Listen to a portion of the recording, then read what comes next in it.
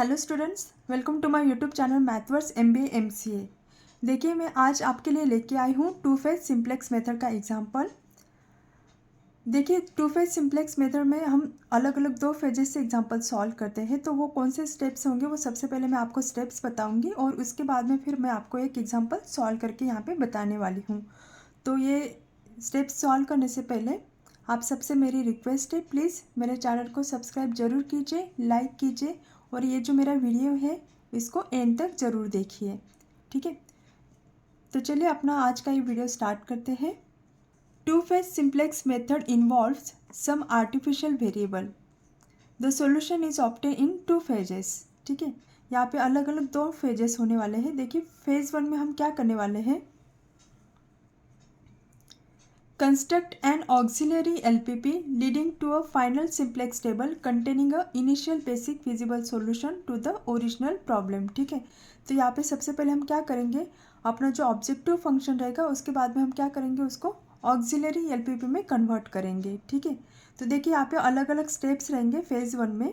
देखिए, first step क्या रहेगा, assign a cost -1 to each artificial variable and a zero cost to all other variables and get new objective function Z star is equal to -a1 -a2। जितने भी artificial variable रहेंगे वो हम यहाँ पे auxiliary objective function में यहाँ पे ऐड करेंगे। ठीक है, उनका कोएफिशिएंट क्या रहेगा, आर्टिफिशियल वेरिएबल का -1 और जो रिमेनिंग वेरिएबल्स रहेंगे उनका कोएफिशिएंट क्या रहेगा, 0 रहेगा। ठीक है, ये हम परफॉर्म करेंगे स्टेप वन में।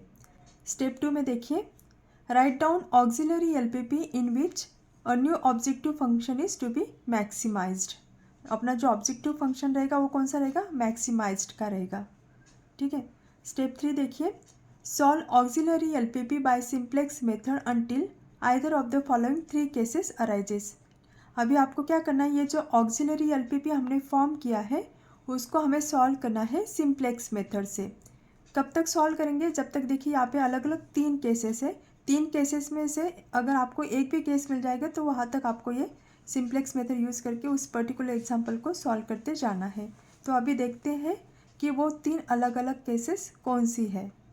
अभी देखिए, फर्स्ट केस क्या है, maximise Z star is less than 0, यानी कि जो अपना ऑब्जेक्टिव फंक्शन रहेगा ऑक्सिलरी ऑब्जेक्टिव फंक्शन, तो उसका मतलब वैल्यू क्या आएगा यहाँ पे सॉल्व करने के बाद, लेस दैन 0 यानी कि निगेटिव में आएगा। तो उस वहाँ पे देखिए हम क्या बोलेंगे, maximise Z star is less than 0 and at least one artificial variable appears in the optimum basis at positive level, अगर ये केस आती है। ठीक है, सेकंड केस क्या हो सकती है, maximise Z star is equal to 0, यहाँ पे आपका ऑब्जेक्टिव फंक्शन की क्या वैल्यू आएगी, यहाँ पे 0 आ जाएगी। And at least one artificial variable appears in the optimum basis at 0 level, यहाँ पे कौन से लेवल पे आ रहा है, पॉजिटिव लेवल पे आ रहा है, यहाँ पे 0 लेवल पे आ रहा है। और थर्ड केस देखिए क्या है, maximise Z star is equal to 0 and no artificial variable appears in the optimum basis. तो देखिए, इस तरीके से ये अलग अलग तीन केसेस आ सकते हैं जब हम ऑक्सिलरी LPP को सॉल्व करेंगे यूजिंग सिंप्लेक्स मेथड। ठीक है, अभी देखिए जो फर्स्ट केस मैंने बोला यहाँ पे, maximize Z star is less than 0 and at least one artificial variable appears in the optimum basis at positive level. तो उस केस में हम क्या बोल सकते हैं, in case 1 given LPP does not possess any feasible solution, whereas case 2 and 3 we go to phase 2। देखिए, अगर ये ऐसा वाला अगर अपने को मिल रहा है Z star is equal to 0 और Z star is equal to 0, लेकिन यहाँ पे क्या है, एटलीस्ट वन वेरिएबल है, कौन से लेवल पे है, 0 लेवल पे है। और यहाँ पे देखिए, यहाँ पे अगर एक भी आर्टिफिशियल वेरिएबल अगर आपको नहीं मिल रहा है तो इन दोनों केसेस में हम क्या करेंगे, फेज 2 पे जाएंगे और फेज 2 पे मतलब जो भी स्टेप्स रहेंगे उनको हम सॉल्व करेंगे। ठीक, अगर आपको फर्स्ट केस मिल रही है तो वहाँ पे हम क्या बोलेंगे कि given LPP does not possess any feasible solution. तो चलिए ये स्टेप्स मैं आपको क्या करती हूँ, अभी एग्जांपल थ्रू एक्सप्लेन करती हूँ। उसके पहले मैं आपको बता दूँ कि फेज 2 में अपने को क्या करना है। देखिए, phase 2, use solution of phase 1 as a starting solution for the original LPP। अभी हम क्या करेंगे, फेज 1 में जो भी सोल्यूशन मिला था वो सोल्यूशन अभी हम क्या करेंगे, फेज 2 में सॉल्व करेंगे। assign actual cost to the variable in the objective function and a zero cost to every artificial variable in the basis at zero level। अभी हम क्या करेंगे, जो अपने वेरिएबल्स की ओरिजिनल कॉस्ट थे वो जो अपना मेन ऑब्जेक्टिव फंक्शन था स्टार्टिंग में, वही वाली कॉस्ट हम यहाँ पे वेरिएबल्स की लेंगे और जो अपना आर्टिफिशियल वेरिएबल रहेगा उसकी कॉस्ट कितनी लेंगे, हम ज़ीरो लेंगे। ठीक है, यहाँ पे देखिए थर्ड पॉइंट क्या है, delete the artificial variable column from table which are eliminated in phase 1। और लास्ट वाला पॉइंट देखिए क्या है, apply simplex method till an optimum basis feasible solution is obtain और till there is an indication of unbounded solution. ठीक है, तो चलिए मैं एग्जांपल थ्रू ही आपको ये सारे स्टेप्स बताऊंगी कि आपको किस तरीके से two phase simplex method use करके एग्जाम्पल सॉल्व कर सकते हैं। अभी देखिए अपना example, use two phase simplex method to solve maximize Z is equal to 5x1 plus 3x2 subject to 2x1 plus x2 less than और इक्वल टू 1। सेकेंड कंस्टेंट देखिए, x1 plus 4x2 greater than और equal to 6 where x1 और x2 greater than और equal to 0। ठीक है, अभी देखिए यहाँ पे आपको दो चीज़ें देखनी है। फर्स्ट थिंग कि आपका जो ऑब्जेक्टिव फंक्शन है वो कौन से टाइप का है, मैक्सिमाइजेशन टाइप का है या फिर मिनिमाइजेशन टाइप का है। अगर मिनिमाइजेशन टाइप का है तो उसको हम कन्वर्ट करेंगे मैक्सिमाइजेशन में। कैसे कन्वर्ट करते, -1 से मल्टीप्लाई करके। लेकिन आप यहाँ पे देख सकते हो अपना जो ऑब्जेक्टिव फंक्शन है वो ऑलरेडी क्या है, मैक्सिमाइजेशन का टाइप का है, तो यहाँ पे हमें कन्वर्ट करने की ज़रूरत नहीं है। ठीक है, सेकेंड थिंग देखिए, अपने पास जो भी कंस्टेंट्स है वो कौन से टाइप के, देखिए पहला कंस्टेंट कौन से टाइप का है, लेस दैन और इक्वल टू टाइप का। लेस दैन और इक्वल टू टाइप का अगर कंस्टेंट है तो वहाँ पे हम क्या करते हैं, स्लैक वेरिएबल को ऐड करते हैं। ठीक है, ग्रेटर दैन और इक्वल टू टाइप का अगर कंस्टेंट है तो वहाँ पे हम क्या करते हैं, सरप्लस वेरिएबल को सब्सट्रैक्ट करते हैं और आर्टिफिशियल वेरिएबल को ऐड करते हैं। ये बेसिक थिंग्स है, ये आपको पता होना ज़रूरी है। ठीक है, तो चलिए सबसे पहले हम क्या करेंगे, जो अपना ऑब्जेक्टिव फंक्शन है, ये जो अपना गिवन LPP है उसको हम कन्वर्ट करेंगे स्टैंडर्ड फॉर्म में। स्टैंडर्ड फॉर्म में कन्वर्ट करेंगे यानी कि क्या करेंगे, ये जो लेस देन और greater than equal to type के कंस्टेंट है उसको हम कन्वर्ट करेंगे इक्वालिटी में। और यहाँ पे देखिए हम क्या ऐड करेंगे, यहाँ पे स्लैक वेरिएबल ऐड करेंगे और यहाँ पे सरप्लस वेरिएबल सब्सट्रैक्ट करेंगे और आर्टिफिशियल वेरिएबल ऐड करेंगे। ठीक है, देखिए सॉल्यूशन में हम क्या लिख सकते हैं, convert given LPP into standard form by adding slack surplus and artificial variable. तो देखिए ये कैसे हो जाएगा अपना, अभी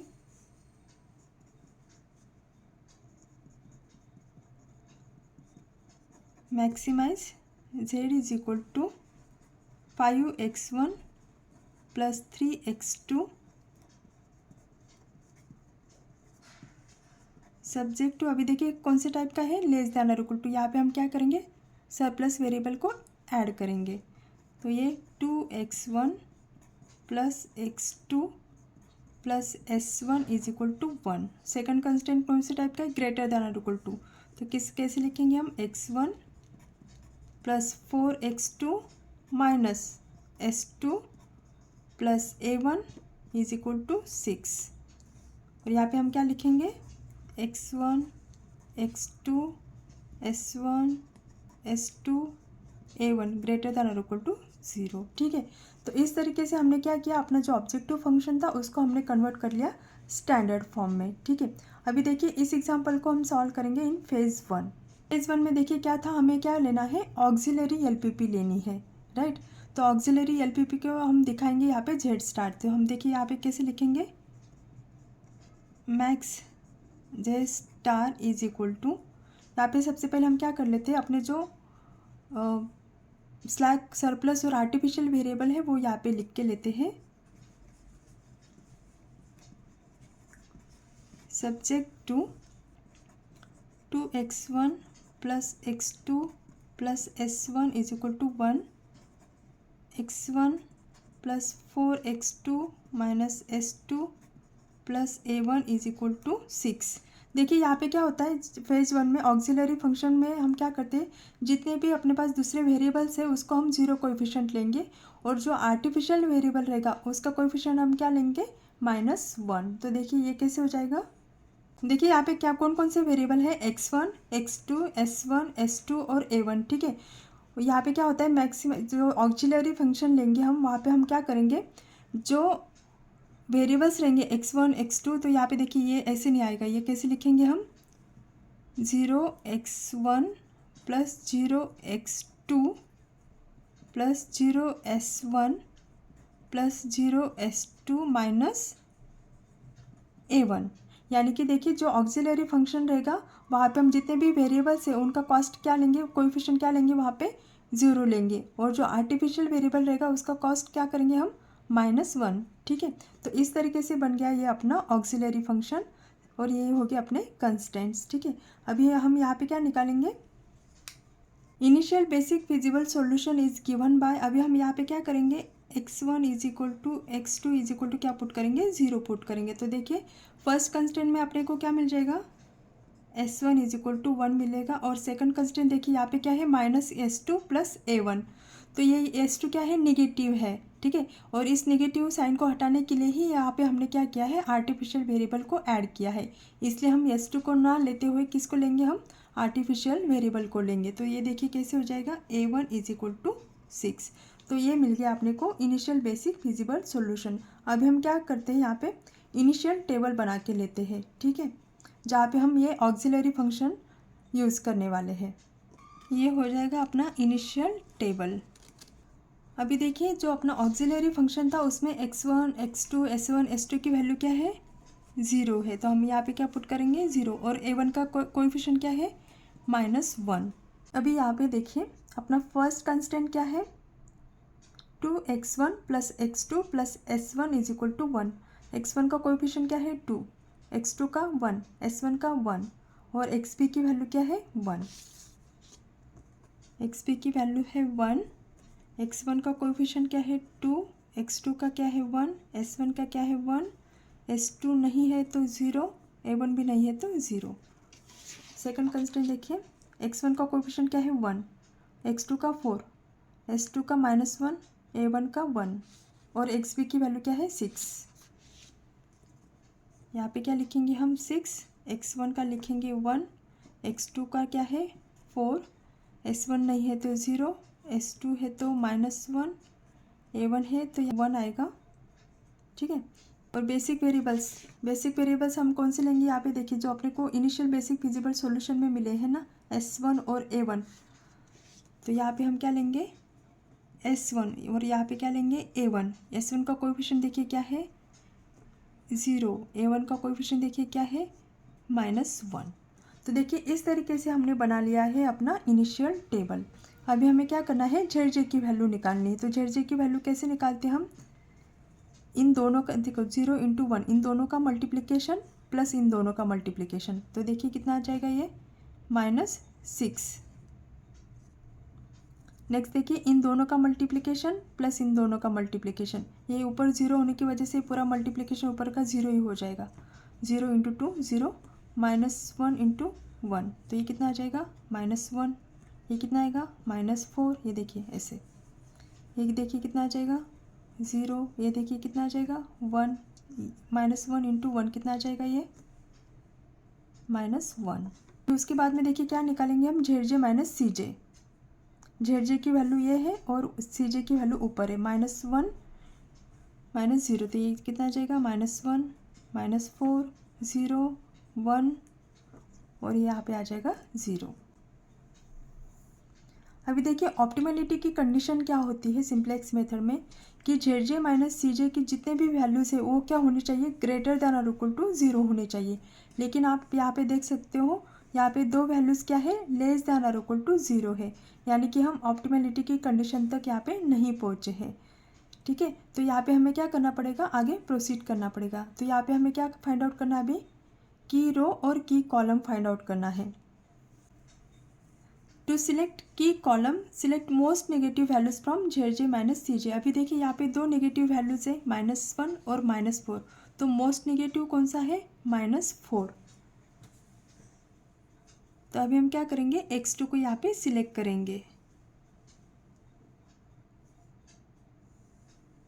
ठीक है, उसके बाद में देखिए हमें क्या निकालना है, यहाँ पे ये हो गया अपना की कॉलम। अभी हमें क्या निकालना है, की रो। तो की रो कैसे सिलेक्ट करेंगे हम, XP को डिवाइड करेंगे की कॉलम से। देखिए यहाँ पे कैसे निकालेंगे हम, XP डिवाइडेड बाय X2, और X2 की वैल्यू क्या होनी चाहिए, ग्रेटर देन 0, क्योंकि हम उसको क्या करें, डिवाइड कर रहे हैं यहाँ पे, राइट। तो देखिए यहाँ पे कैसे आ जाएगा, ये XP की वैल्यू क्या है 1 डिवाइडेड बाय 1, तो ये कितना आ गया 1 आ गया। यहाँ पे देखिए XP की वैल्यू क्या है 6, और यहाँ पे क्या है X2 की वैल्यू 4, तो ये देखिए कितना हो जाएगा 1.5 बराबर। तो यहाँ पे देखिए ये यहाँ पे वैल्यू क्या है 1, और यहाँ पे कितना है 1.5, तो दोनों में मिनिमम कौन सी है 1, तो हम क्या करेंगे यहाँ पे 1 को सिलेक्ट करेंगे, राइट। तो देखिए यहाँ पे S1 क्या हो गया अभी अपना,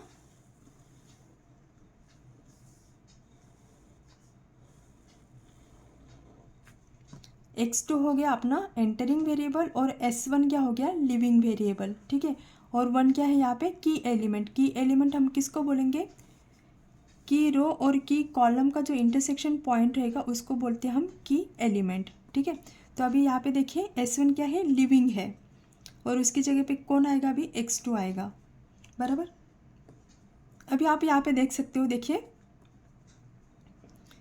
S1 अभी लीव करा है, S1 के यहाँ पे वैल्यूज़ क्या थे 1 और 0, ठीक है।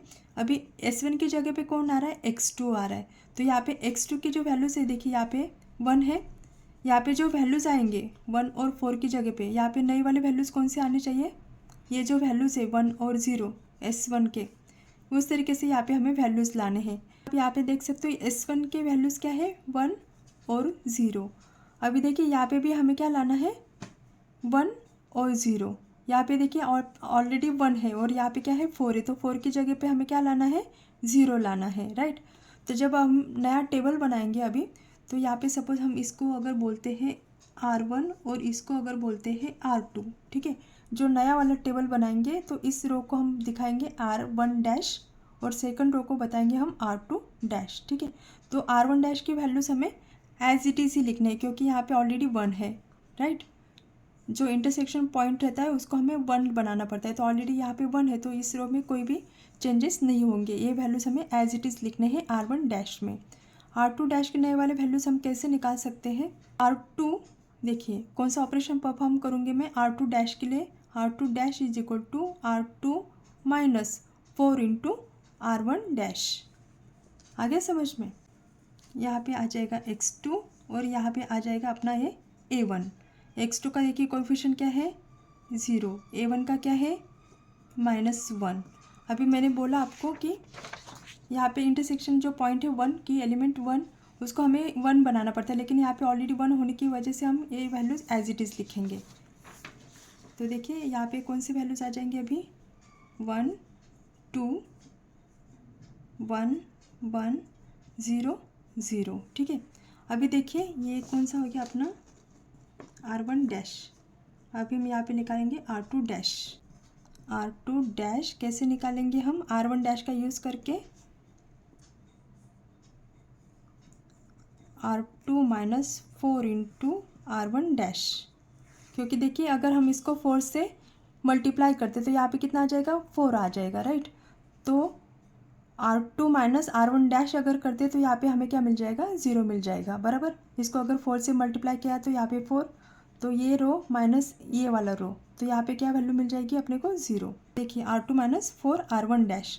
अभी R2 के वैल्यूज़ क्या क्या है अपने पास 6 है, 1 है, 4 0 -1 और 1।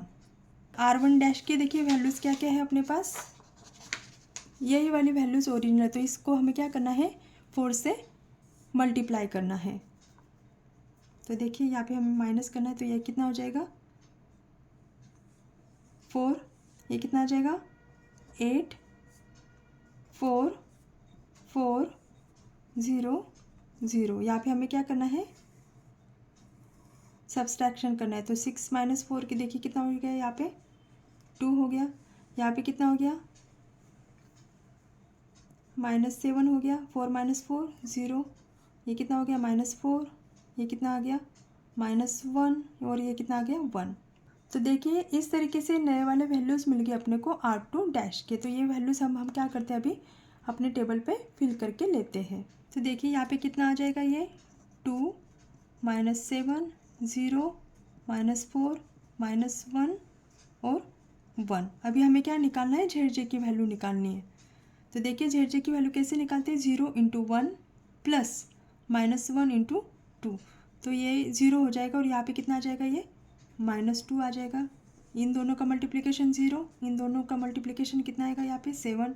ये कितना 0, ये कितना 0, यहाँ पे देखिए कितना 0 आएगा, ये कितना आ जाएगा 4। ये 0 आ जाएगा इन दोनों का मल्टीप्लिकेशन, और इन दोनों का मल्टीप्लिकेशन कितना आएगा 1। ये 0 आएगा, ये कितना आएगा -1। अभी हम क्या निकालेंगे, जेड जे माइनस सी जे निकालेंगे। ठीक है, तो यहाँ पे देखिए जेड जे की वैल्यू क्या है 7, 7 - 0 7 0 4, ये कितना आएगा 1 और ये कितना आएगा 0। ठीक है, अभी आप यहाँ पे देख सकते हो कि जेड जे माइनस सी जे की सब जितने भी वैल्यूज है वो क्या आ रही है, पॉजिटिव आ रही है, right.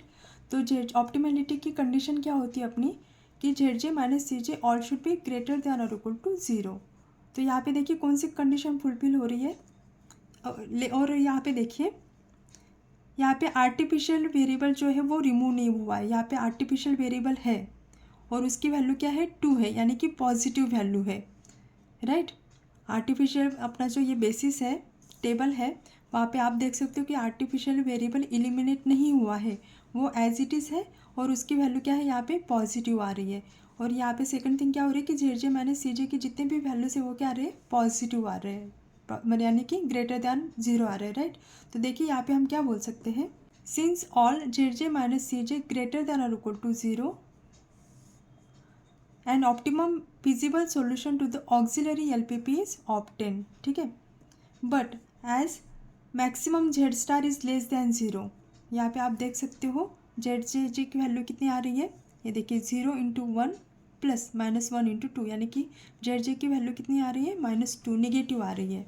But as maximum Z star is less than 0 and artificial variable a1 is in the basis at positive level. Positive level क्यों बोला है, क्योंकि आप यहाँ पे देख सकते हो कि a1 की वैल्यू कितनी मिल रही है अपने को 2, यानी कि पॉजिटिव मिल रही है, right. a1 is in the basis at positive level, the original LPP does not possess any visible solution.